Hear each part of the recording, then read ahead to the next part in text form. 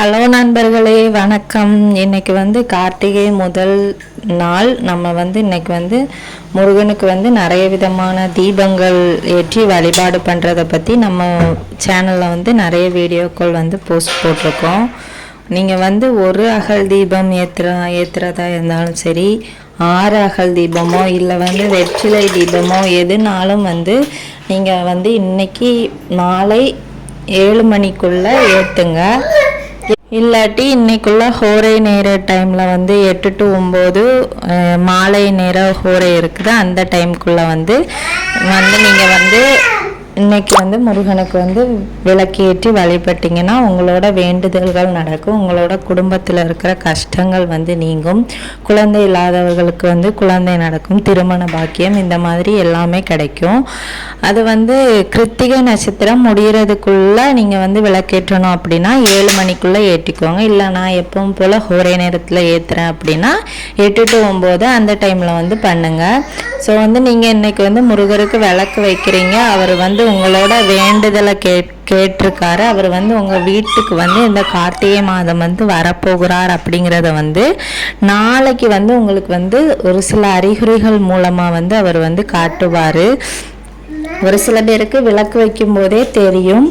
ஒரு சில பேருக்கு நாளைக்கோ இல்லை இந்த வாரத்துலேயோ இந்த மாதத்துக்குள்ளே முடிகிறதுக்குள்ளேயோ இதில் ஏதாச்சும் ஒரு அறிகுறிகள் உங்களுக்கு தெரிஞ்சிச்சு அப்படின்னா உங்களோட இல்லத்திற்கு முருகன் வராரு அப்படிங்கிறத உங்களால் உணர முடியும். விளக்கு ஏற்றுற டைமில் உங்களுக்கு அறிகுறிகள் தெரியணும்னா அது என்னென்ன மாதிரியான அறிகுறிகள் அப்படின்னு பார்த்தீங்கன்னா, உங்களுக்கு விளக்கு ஏற்றும் போது பள்ளி அந்த கவுளி சத்தம் கேட்டாலோ இல்லாட்டி நீங்கள் விளக்கு ஏற்றுற அந்த டைமில் பள்ளியை பார்த்தாலோ முருகன் உங்களோட வேண்டுதல்களை ஏற்கிறார். அப்புறம் அவர் உங்கள் வீட்டுக்கு வரப்போகிறார். அப்புறம் இன்னைக்கு நைட்டு உங்கள் வீட்டுக்கு நீங்கள் பூஜை பண்ணி முடித்ததுமே அந்த கவுளி சத்தம் கேட்குது, இல்லை வெட்டுக்கிளி வருது, பட்டாம்பூச்சி வருது. நைட்டு நிறைய பேர் வீட்டுக்கு பட்டாம்பூச்சி தட்டான் பூச்சியெல்லாம் வரும். ஸோ அந்த மாதிரி வந்துச்சு அப்படின்னா கண்டிப்பாக உங்கள் இஷ்ட தெய்வமோ இல்லை உங்கள் பட்டாம்பூச்சி என்ன நிறத்தில் வந்தாலும் பரவாயில்லை. அந்த மாதிரி பட்டாம்பூச்சியை பார்த்தீங்க அப்படின்னா கண்டிப்பாக உங்கள் வீட்டுக்கு இன்னைக்கு நீங்கள் எந்த இஷ்ட தெய்வத்துக்கோ இல்லை முருகருக்கோ விளக்கு வச்சிங்க அப்படின்னா அவங்க உங்கள் வேண்டுதலை ஏற்றிருக்காங்க. உங்களோட அந்த பூஜையை அவங்க ஏற்றிருக்காங்க. உங்களோட வேண்டுதல் கூடிய சீக்கிரமாக நிறைவேற போகுதுன்னு உங்களுக்கு ஒரு அறிகுறி காட்டுறதுக்கு வேண்டி தான் இந்த மாதிரி நல்ல உயிரினங்கள்லாம் நம்ம வீட்டுக்கு வரும்.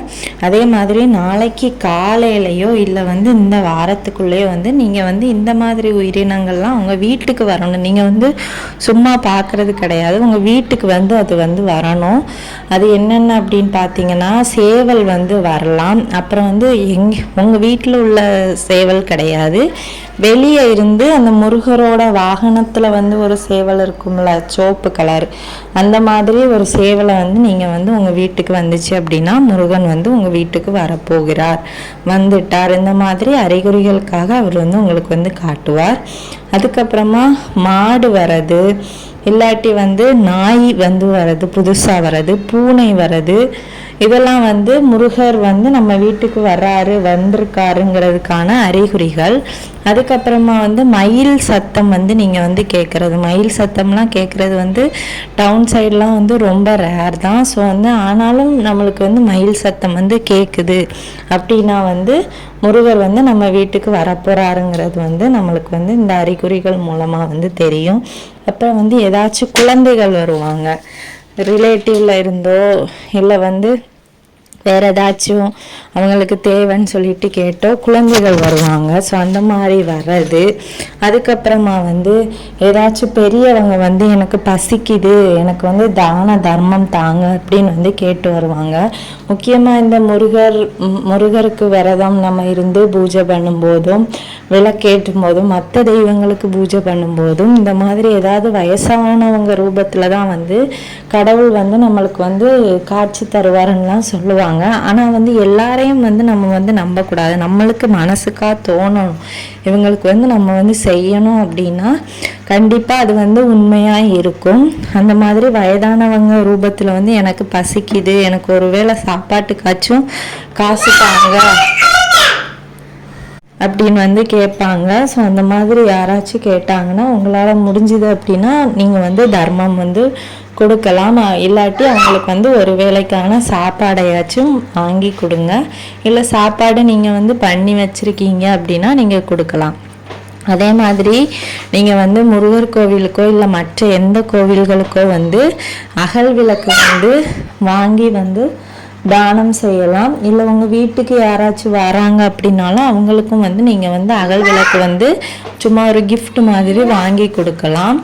ஸோ இந்த மாதிரியெல்லாம் கொடுக்கலாம். அதுக்கப்புறமா முருகன் வரதை வந்து நம்ம வந்து என்னென்ன மாதிரியான அறிகுறிகளில் தெரிஞ்சுக்க முடியும் அப்படின்னா, திடீர்னு உங்களுக்கு வந்து ஏதாச்சும் ஒரு முருகனோட பெயர்லையோ இல்லை வந்து அவரோட பாடலோ ஏதாச்சும் வந்து உங்களுக்கு காதில் கேட்கும். இல்லாட்டி அவரோட ஃபோட்டோ வந்து நீங்கள் எதுலையாச்சும் பார்க்குறதுக்கு உங்களுக்கு வந்து வாய்ப்புகள் கிடைக்கும். அந்த மாதிரி அறிகுறிகள் மூலமாக வந்து முருகர் வந்து இந்த மாதிரி ஒவ்வொரு அறிகுறிகள் மூலமாகவோ இல்லை வந்து ஏதாவது அவரோட நாமங்கள் மந்திரங்கள் வந்து நீங்கள் எங்கேயாவது பார்க்குறதுனாலோ இல்லை யாராவது வந்து அவரோட பேர் வச்சு யாரையாச்சும் கூப்பிட மாதிரியோ உங்களுக்கு வந்து ஒரு அறிகுறிகளை வந்து அவர் வந்து காட்டுவார். அப்படின்னா உங்களோட இல்லத்திற்கு வந்து இந்த கார்த்திகை மாதம் வந்து முருகப்பெருமான் வந்து வரப்போகிறாரு.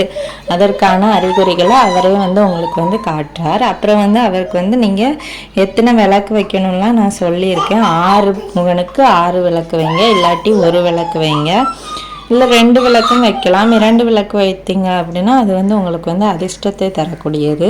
ஸோ வந்து அது வந்து நெய் தீபமாக இருந்துச்சு அப்படின்னா ரொம்ப நல்லது. இல்லைன்னா நல்லெண்ணெய் தீபம் போடுங்க. முருகப்பெருமானுக்குங்கிறதுனால இந்த டைமில் வந்து நீங்கள் வந்து விளக்குகள் ஏற்றலாம். இந்த கார்த்திகை மாதம் முழுவதுமே அவருக்கு வந்து நீங்கள் வந்து விளக்கு போடலாம். கண்டிப்பாக வந்து அவர் வந்து உங்கள் இல்லத்திற்கு வருவார். உங்களோட வேண்டுதல்களையும் அவர் வந்து நிறைவேற்றி தருவார். அதே மாதிரி அவருக்கு கந்த சஷ்டி கவசம் வந்து பாடலாக வந்து படிங்க. இல்லாட்டி வந்து 108 போற்றிகளோ வேல்மாறலோ எதுனாலும் உங்களுக்கு விருப்பம் இருக்கிறத வந்து படிங்க. அதுக்கப்புறமா வந்து முருகனுக்கு வந்து தேனும் தினைமாவும் ரொம்ப இஷ்டம். அதில் வந்து தேனும் தினைமாவும் கலந்து அவருக்கு வந்து ஏதாவது நெய்வேத்தியம் செஞ்சு வைங்க. இல்லாட்டி வந்து அதில் வந்து பாயாசம் பண்ணி வைங்க. அந்த திணை சம்மந்தமாக உள்ள பொருட்களை வச்சு அவருக்கு வந்து ஏதாச்சும் நெய்வேத்திய பிரசாதங்கள் வந்து செஞ்சு வைங்க. முருகனுக்கு வந்து ரொம்பவும் பிரசாதம் செஞ்சு வைங்க. அதே மாதிரி அவரோட நாமத்தை வந்து தினமும் நீங்கள் வந்து சொல்லலாம். காலையில் எழுந்ததுலேருந்தே சொல்லிகிட்டே இருக்கலாம். உங்களுக்கு எப்பப்பெல்லாம் சொல்லணும்னு தோணுதோ அப்போ வந்து ஓம் முருகா போற்றினாது நீங்கள் வந்து சொல்லலாம். இல்லை ஓம் சரவணபவா போற்றி சொல்லலாம், இல்லை கார்த்திகேயா போற்றி சொல்லலாம். ஏதாவது ஒரு நாமத்தை வந்து தினமும் வந்து நீங்கள் சொல்லிகிட்டே வாங்க. கண்டிப்பாக அவருக்கு வந்து பூஜை வச்சு தான் இதெல்லாம் வந்து செய்யணும்னு கிடையாது. அவரை வந்து மனசார நினச்சி நீங்கள் வந்து மனமுருகி கும்பிட்டாலே அவர் வந்து உங்களுக்கு தேவையானதை வந்து அவரே தருவார். அதனால வந்து நீங்கள் வந்து கஷ்டம் இல்லாமல் ரொம்ப வருஷமாக குழந்தை இல்லாமல் கஷ்டப்படுறீங்க அப்படின்னா கண்டிப்பாக விளக்கு வச்சுட்டு இந்த 48 நாளும் முருகனுக்கு வந்து விரதம் இருந்து விளக்கு வைங்க. கண்டிப்பாக உங்களுக்கு வந்து அடுத்த கார்த்திகைக்குள்ளே அந்த கார்த்திகேயனே வந்து உங்கள் கையில் இருப்பார். ஸோ வந்து இந்த மாதிரி அறிகுறிகள் மூலம் முருகர் வந்து உங்களுக்கு வந்து காட்சி தருவார். அதை வந்து நீங்கள் வந்து கண்டுபிடிக்கலாம் ஈஸியாக. ஸோ இந்த வீடியோவோட பதிவு உங்களுக்கு பிடிச்சிருந்துச்சுன்னா லைக் பண்ணுங்கள், ஷேர் பண்ணுங்கள், கமெண்ட் பண்ணுங்கள். நம்ம சேனலை சப்ஸ்கிரைப் பண்ணி வச்சுக்கோங்க. நம் சொந்த கடவுளாகிய கந்த கடவுள் உங்களையும் உங்கள் குடும்பத்தையும் வந்து ஆசீர்வதிப்பார். இந்த பதிவினை பார்த்ததற்கு மிக்க நன்றி.